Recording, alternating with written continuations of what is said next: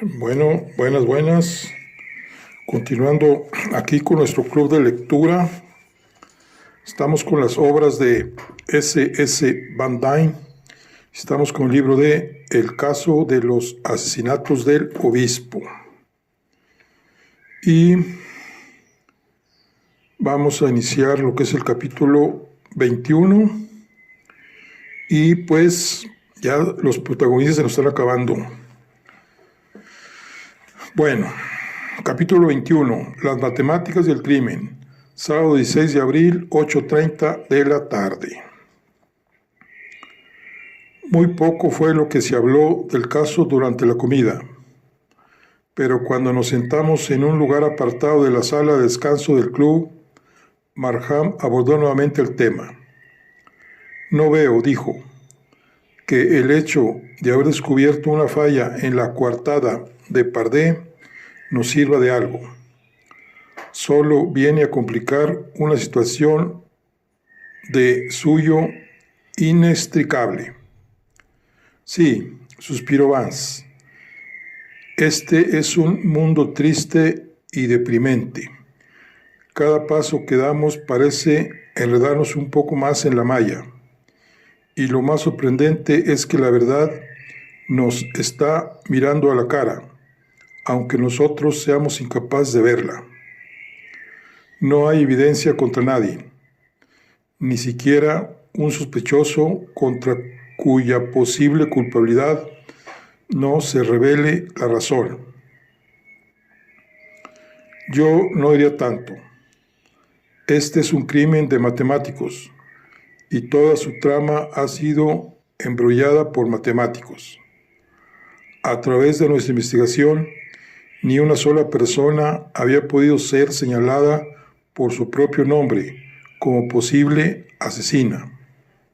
Sin embargo, cada uno de nosotros estaba interiormente convencido de que una de las personas con quien habíamos hablado era la culpable, y era tan repulsivo el conocimiento de este hecho que instintivamente nos negábamos a admitirlo. Desde el principio habíamos velado nuestros verdaderos pensamientos y temores con vulgaridades. El crimen de un matemático, repitió Markham. El caso me impresiona más bien como el eslabón de una cadena de actos sin sentido, ejecutados por un maniático furioso. Baines negó con la cabeza. Nuestro criminal es un ser supernormal. Markham y sus actos no carecen de sentido.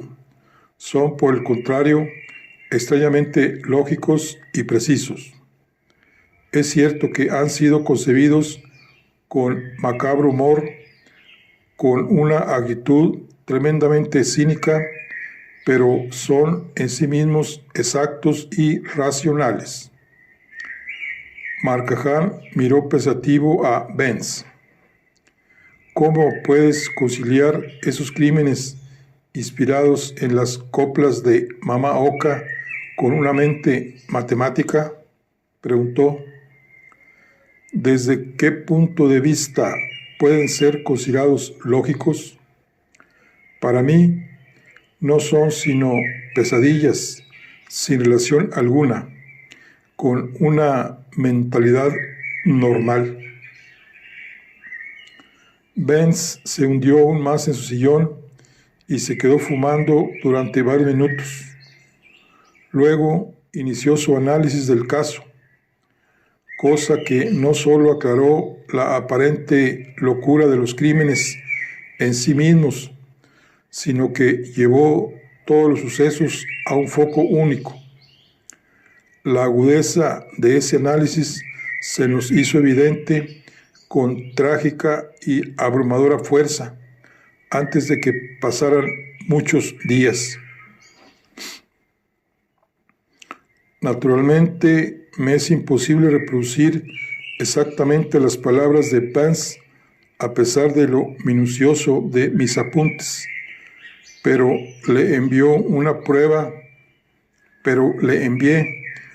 prueba de los pasajes que siguen, recomendándole que lo revisara antes de hacerlos públicos. Tal como aparecen ahora, representan pues la más exacta paráfrasis de su análisis de los factores psicológicos de los crímenes del obispo. Para comprender estos crímenes, comenzó Vance, debemos ante todo considerar el bagaje intelectual del matemático.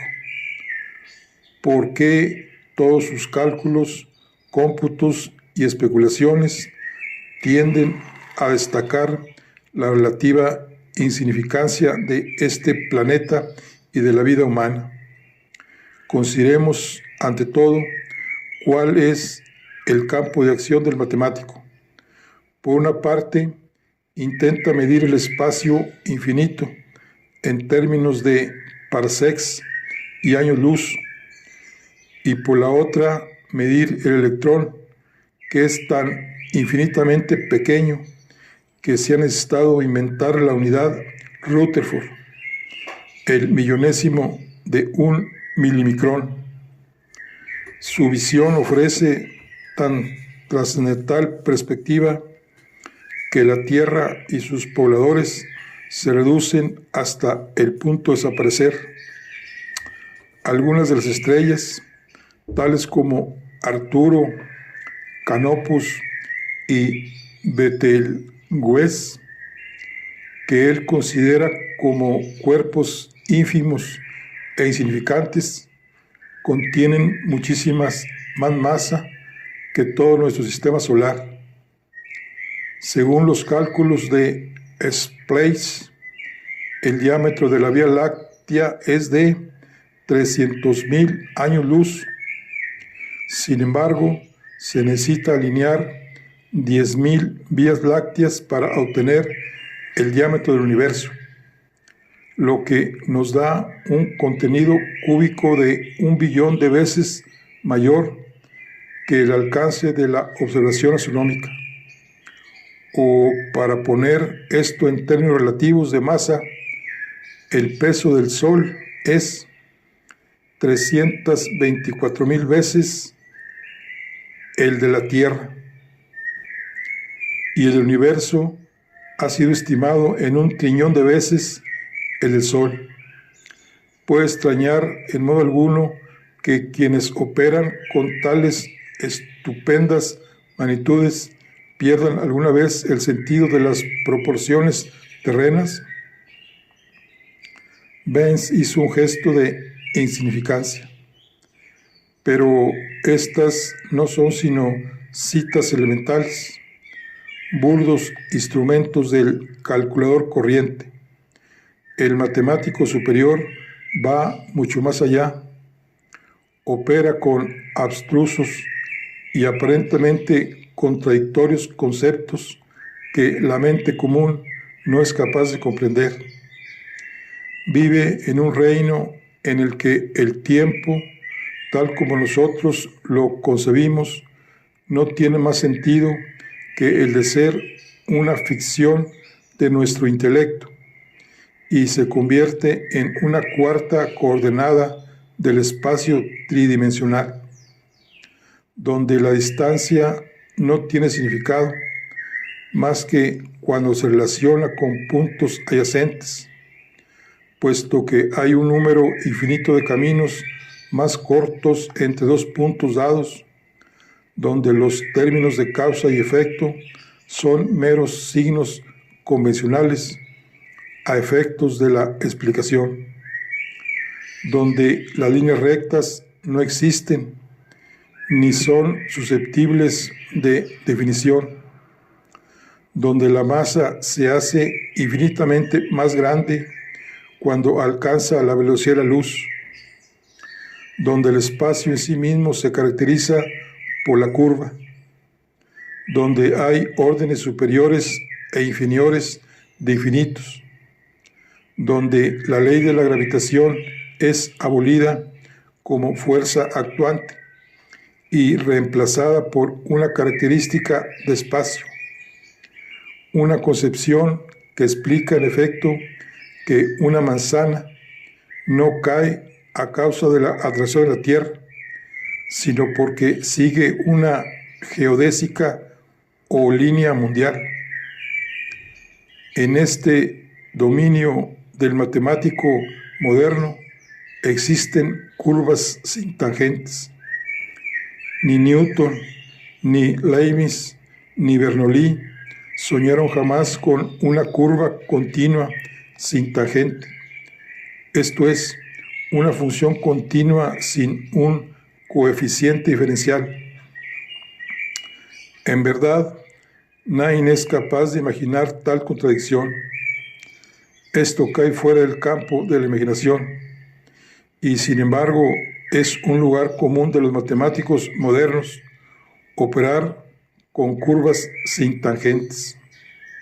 Más aún, pi, nuestro viejo amigo de los días escolares, al que nosotros considerábamos como inmutable, ha dejado de ser una constante, y la razón entre el diámetro y la circunferencia varía ahora según se mida un círculo en reposo o un círculo en rotación. Les estoy dando la lata, indiscutiblemente, repuso Marcahan. Pero, por favor, continúa, siempre que tus observaciones conduzcan a un objeto terrenal. Vance suspiró y meneó la cabeza burlonamente, pero enseguida se tornó nuevamente serio. Los conceptos de las matemáticas modernas proyectan al individuo fuera del mundo de la realidad y lo lanzan en la ficción pura, conduciendo a lo que Einstein llama la forma más degenerada de la imaginación, el individualismo patológico. Silverstein, por ejemplo, sostiene la teoría de 5 y 6 dimensiones del espacio y hasta especula sobre la facultad de poder ver los hechos antes que los mismos ocurran. Las problemáticas conclusiones de Lumen, de Flammarion, un ser imaginario que se desplaza a una velocidad mayor que la luz y que por lo tanto es capaz de recorrer el tiempo en un sentido inverso, son en sí mismas suficientes para trastornar cualquier punto de vida normal. Lumen fue ideado por el astrónomo francés para probar la posibilidad de la reversión del tiempo. Lanzado al espacio a una velocidad de 250,000 millas por segundo, se suponía que Lumen podría contemplar el final de la batalla de Waterloo y recibir los últimos destellos surgidos del campo de batalla. Siguiendo su marcha en el espacio, podría contemplar al cabo de 2 días no el final de la batalla, sino su comienzo. Es decir, los sucesos se le presentaban en un orden inverso. Pudo ver proyectiles que salían de los lugares en que habían penetrado y regresaban a sus respectivos cañones, o muertos que volvían a la vida y se colocaban de nuevo en línea de combate. Otra hipotética aventura de Lumen fue la de saltar a la luna y darse la vuelta instantáneamente para verse a sí mismo saltando de la luna a la Tierra. Pero hay otro imaginario homúnculo aún más fantástico que el Lumen, Desde el punto de vista racional, esa hipotética criatura es capaz de atravesar todos los mundos a la vez con infinita velocidad y así contemplar de una sola ojeada toda la historia humana. Desde Alpha Centauri puede ver la Tierra tal como era hace 4 años. Desde la Vía Láctea, tal como era hace 4000 años. Y puede también elegir un punto en el espacio desde el cual podría contemplar los períodos glaciares y el estado actual de la Tierra simultáneamente. Vance se rellenó aún más en su sillón. El jugar con la sola idea del infinito bastaría para trastornar el cerebro de un hombre común. Pero, ¿qué dices de la tan conocida teoría de la física moderna, según la cual no podemos seguir un camino recto en el espacio sin retornar a nuestro punto de partida? Esta teoría sostiene, en resumen, que podemos ir a Sirio y hasta 1.000.000 de veces más lejos sin cambiar de dirección, pero no nos será posible salir del universo. Por último, regresaremos al punto de partida desde una dirección opuesta. ¿Dirías tú, Markham, que esta idea es propia de lo que nosotros llamamos arcaicamente un pensamiento normal, pero por paradójica e incomprensible que pueda parecer, es casi rudimentaria cuando se compara con otros teoremas expuestos por los físico-matemáticos? Considera, por ejemplo, el problema denominado de los gemelos. Uno de ellos, al nacer, parte en dirección a Arturo.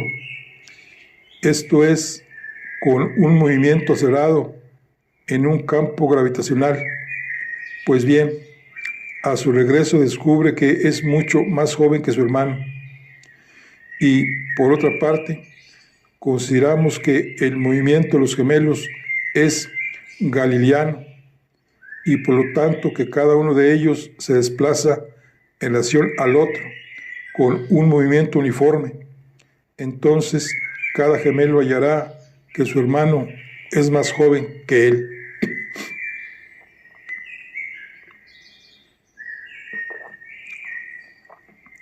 Estas no son solo paradojas de la lógica, Markham, solo son paradojas de los sentidos. Las matemáticas responden por ellas lógica y científicamente. Vance me rogó que mencionara aquí la erudita obra de Abro, titulada La evolución científica Tux, en la que hay una excelente discusión de las paradojas relacionadas con el espacio-tiempo. El punto que estoy tratando de mostrar es que cosas que parecen inconsistentes y hasta absurdas para la mente del profano son lugares comunes para la inteligencia del matemático. Un físico matemático como Einstein dice que el diámetro del espacio, recuérdalo, es de 100 millones de años luz o 700 trillones de millas, y considera el cálculo como el ABC de la física matemática. Cuando preguntamos qué hay más allá de ese diámetro, la respuesta es: no hay más allá. Esos límites lo incluyen todo. A saber, el infinito es finito. O, como lo diría un hombre de ciencia, el espacio es ilimitado, pero finito. Deja que tu mente medite sobre esta idea durante media hora, Markham, y experimentarás la sensación de que te vuelves loco.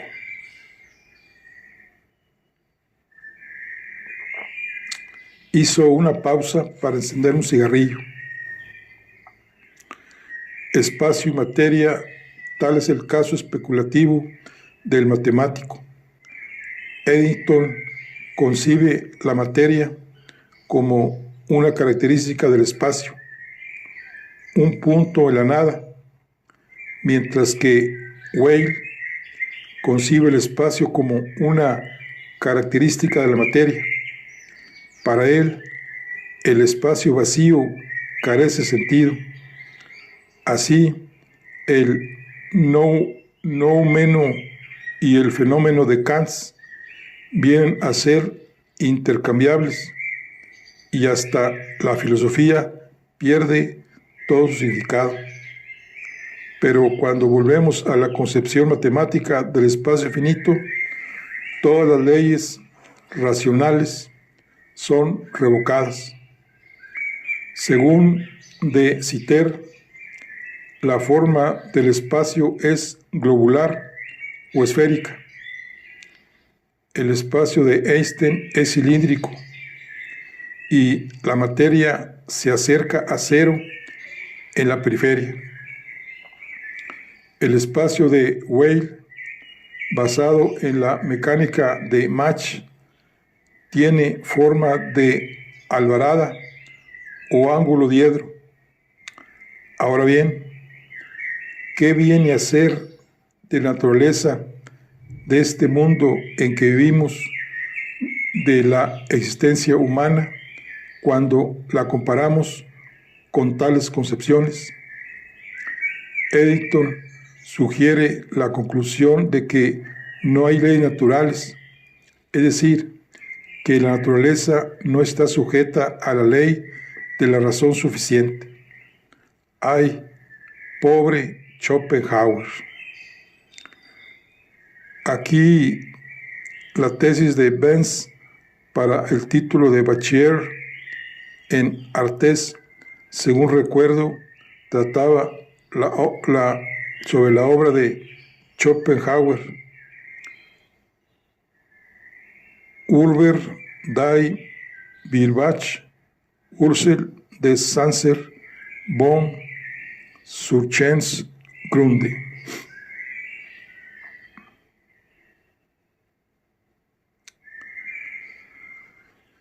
Y Bertrand Russell resume los inevitables resultados de la física moderna al sugerir que la materia debe ser interpretada solo como un grupo de ocurrencias y que la materia en sí misma no existe necesariamente. ¿Ves tú a dónde conduce todo esto? Si el mundo es no casual y no existe, ¿a qué se reduce una mera vida humana o la vida de una nación? O, extremando la idea, la existencia misma. Benz alzó la vista y Marjan movió la cabeza dubitativo. Desde luego, te he seguido hasta aquí, dijo, pero tu objeto aún me parece vago, por no decir esotérico. ¿Puede sorprender, preguntó Benz, que un hombre que maneja tan colosales, inconmensurables conceptos, donde los individuos humanos son infinitesimales, pueda con el tiempo perder todo sentido de los relativos valores terrenales y sentir un enorme desprecio por la vida humana? Las comparativamente insignificantes cosas de este mundo vendrían entonces a ser mezquinas intrusiones en el macrocosmos de su conciencia mental. Inevitablemente, tal actitud es profundamente cínica. En su fuero interno se burlaría de todos los valores humanos y consideraría con desdén la pequeñez de cuanto le rodea. Tal vez hubiera una parte de sadismo en su actitud, pues el cinismo es una forma del sadismo. Pero un deliberado, planeado asesinato, objetó Marjan, considera los aspectos psicológicos del caso. En una persona normal que tiene sus recreos cotidianos, se mantiene en equilibrio entre las actividades conscientes y las inconscientes. Las emociones, al ser constantemente sustituidas, no pueden acumularse, pero en el caso del anormal, que invierte todo su tiempo en una intensa concentración mental y que inhibe rigurosamente todas sus emociones, el desborde de su subconsciente es capaz de manifestarse violentamente. Esa larga inhibición y constante trabajo mental, sin distracción de ningún género, son causa de una explosión que a menudo asume la forma de actos de indescriptible horror. Ningún ser humano, por muy intelectual que sea, puede escapar a tales resultados. El matemático que repudia las leyes de la naturaleza está, no obstante, sujeto a ellas. En verdad, el ardor que pone en el estudio de los problemas hiperfísicos solo hace que aumente la presión de sus refrenadas emociones. La naturaleza, burlada, produce para mantener el equilibrio las más grotescas reacciones, y éstas, en su morboso humorismo, constituyen el perfecto reverso de la ceñuda seriedad de las matemáticas superiores. El hecho de que Sir William Crookes y Sir Oliver Lodge, ambos grandes físico-matemáticos, se convertirán al espiritismo, constituye un fenómeno psicológico similar. Benz aspiró vigorosamente el humo de su cigarrillo. Markham, no hay modo de eludir el hecho. Estos fantásticos y aparentemente increíbles asesinatos fueron planeados por un matemático como forzoso escape a una vida de tensa especulación abstracta y de represión emocional. Llenan todos los requisitos exigidos, son nítidos y precisos, artísticamente desarrollados, con los más mínimos factores perfectamente ajustados en su lugar preciso. No hay cabos sueltos, nada ha sido olvidado y el móvil no aparece por ninguna parte. Y además de su precisión, que revela una portentosa imaginación, todos sus otros aspectos señalan inequívocamente a una inteligencia de poderosa concepción que ha roto sus frenos. Un fanático de la ciencia pura que ha resuelto divertirse. Pero, ¿por qué ese macabro humor?, preguntó Markham. ¿Y cómo concilias con tu teoría lo que atañe a las coplas de Mamá Oca? La existencia de impulsos reprimidos, explicó Banzé, produce siempre un estado favorable al humorismo. Dugas define el humorismo como un detente, un relajamiento de la atención. Brain, siguiendo a Spencer, llama al humorismo una válvula a la represión. El campo más fértil para la manifestación del humorismo se encuentra en la energía potencial acumulada, lo que Freud llama Besunger Energy, que a su tiempo exige una descarga. En estos crímenes inspirados en las canciones de Mama Oka, hallamos al matemático que se entrega a los más fantásticos juegos para restablecer el equilibrio de sus profundas especulaciones lógicas. Es como si dijéramos cínicamente: mirad, este es el mundo que tomáis tan en serio, porque todo lo ignoráis del infinitamente vasto mundo abstracto. La vida en la tierra es un juego de niños, tan carente de importancia que apenas merece una broma. Y tal actitud es comprensible con la psicología, pues tras una prolongada tensión mental, las reacciones adquieren características contrarias, es decir, que los más serios y graves de los hombres buscarán un escape en las más infantiles de las diversiones. Aquí, incidentalmente, se halla la explicación del bromista dando rienda suelta a su sadismo. Más aún, todos los sadistas tienen un complejo infantil y el niño es totalmente amoral. Por lo tanto, un hombre que experimenta estas infantiles reversiones psicológicas se coloca más allá del bien y del mal. Muchos matemáticos modernos llegan hasta sostener que toda convención, deber, moral, bien, etc., no existe, sino para sostener la ficción del libre albedrío.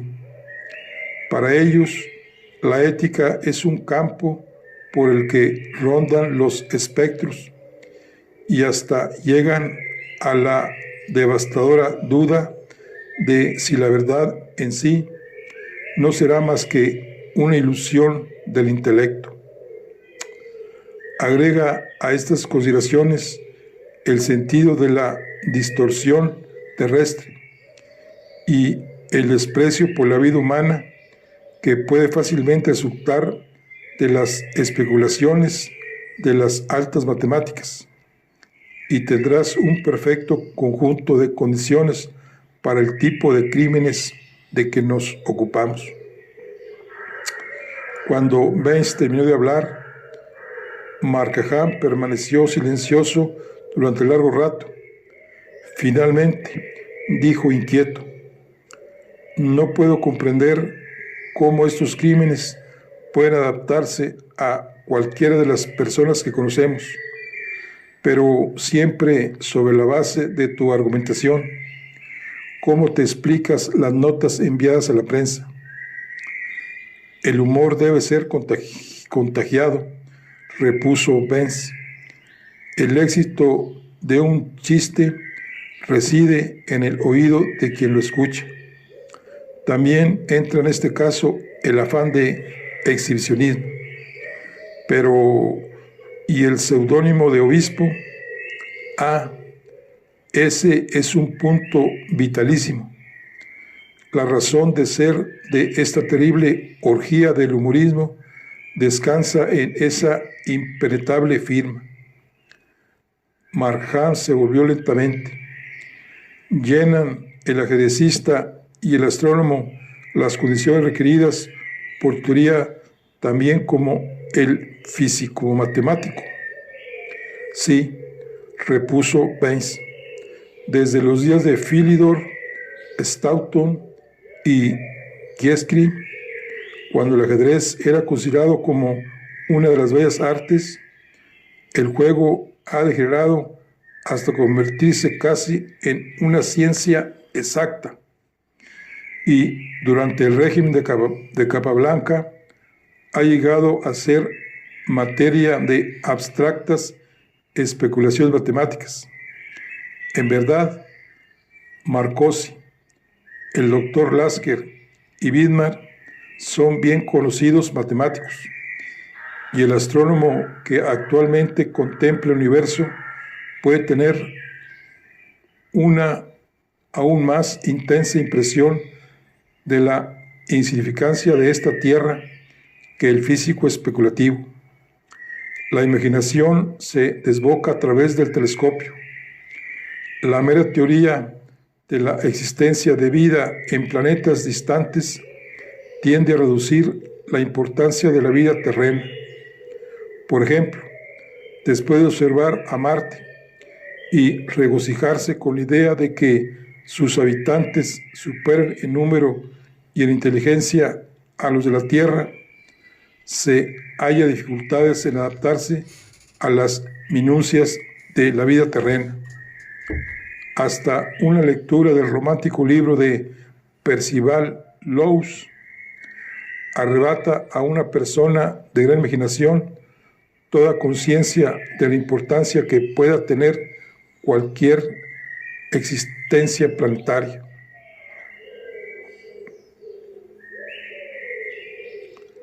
Se produjo un largo silencio que interrumpió Marchand para preguntar por qué se llevó Pardee el alfil negro de Arneson aquella noche en vez de cualquier otro del club donde no se había notado su falta. No sabemos aún lo bastante para poder hablar. Pudo habérselo llevado por algún propósito deliberado en vista, pero ¿qué prueba tienes tú de su culpabilidad? Todas las sospechas del mundo no te permitirán dar un paso contra él. Aunque supiéramos sin lugar a dudas quién era el asesino, estaríamos desarmados. Te digo, Marchand, que estamos frente a una inteligencia superior que mide cada movimiento y calcula todas las posibilidades. Nuestra única esperanza es crear nuestra propia evidencia, descubriendo un punto débil en el plan del asesino. Lo primero que haré mañana por la mañana, declaró Marchand sombríamente, es encargar a Hess que compruebe todos los detalles de la coartada de Pardee aquella noche. A mediodía habrá 20 hombres buscando todos los pormenores, interrogando a todos los testigos de la partida de ajedrez y yendo de puerta en puerta entre el Manhattan Chess Club y la casa de Drucker. Si encontramos a alguien que, en efecto, haya visto a Pardee en las proximidades de la casa de Drucker alrededor de la medianoche, entonces dispondremos de una prueba circunstancial contra él. Sí, convino Vance, eso nos daría un excelente punto de partida. Pardee tendría considerables dificultades para explicar por qué estaba a 6 cuadras del club durante su encuentro con Rubinstein a la hora exacta en que el alfil negro era dejado en la puerta de la señora Drucker. Sí, trata por todos los medios de que Hess y sus sabuesos diluciden el problema. Eso puede hacernos seguir adelante. Pero el sargento no fue llamado para comprobar la coartada. Antes de las 9 de la mañana siguiente, Marchand fue a casa de Vance para informarle que Pardee se había suicidado. Caray. Bueno, aquí fin del capítulo 21, pues se están acabando ya los protagonistas de esta novela. Pues ya nomás queda el profesor, el hijo adoptivo o el sobrino del profesor y su sobrina, y ya no quedan más. Bueno, pues vamos a ver en qué termina este libro. Bueno, aquí concluimos lo que es el capítulo 21. Fue muy buena disertación por parte de Benz, todo esto relacionado con los conocimientos de los matemáticos, pero en fin. Bueno, aquí terminamos la charla del día de hoy. Nos vemos en la siguiente. Hasta luego.